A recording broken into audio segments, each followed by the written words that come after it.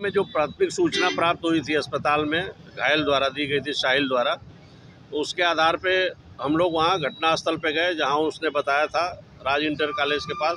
वहाँ आसपास किसी ने बताया नहीं। वहाँ सीसीटीवी फुटेज लगे हुए हैं इलेक्ट्रॉनिक्स की दुकान में और इंटर कॉलेज में भी। वहाँ भी कुछ ऐसी चीज़ नहीं मिली। तो फिर ये हुआ कि इसके जहाँ रहता था रूम लेके, उसके रूम पे देखा जाए। तो रूम पे गए हम लोग, तो एक मकान है जिसमें बहुत सारे लड़के रहते हैं, 1 दर्जन से अधिक छात्र रहते हैं पढ़ने वाले, लॉज टाइप का है। तो इसके कमरे में, इसके कंबल में ब्लड स्टेन मिला और वहाँ दीवार पे और बोरी वगैरह रखी थी उस पर भी ब्लड स्टेन लगा। तो सस्पेक्ट हुआ। तो फिर जो आसपास लड़के उस पर और कमरों में रहते हैं, तो उनसे बातचीत की गई। तो उन्होंने बताया कि लगभग 10 बजे के आसपास एक आवाज़ कमरे में वहाँ हुई थी। इसका मतलब वो लोग छुपा रहे थे और इसीलिए वो सही घटना और सही टाइमिंग नहीं बता रहे थे। वो घटना कहीं न कहीं अभी तक के जांच से ही पता चल रहा है कि उनके कमरे में घटना हुई है। और इन लोगों द्वारा एंगल भी देख के आपको लगेगा कि बाईं तरफ से ऊपर से नीचे की तरफ गोली गई है।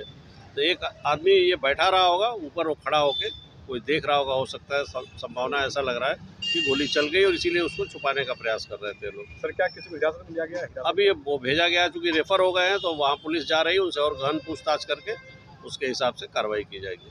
तमंचा हुआ सब? अभी नहीं, अभी तो चूँकि जल्दी की घटना ही थी, तो अभी तक तो इतनी प्रक्रिया हो पाई है।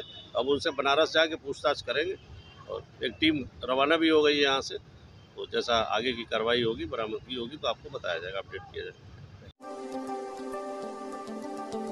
आग मऊ मतलब एतमाद आपका 100% हकीकत पर मबनी खबर।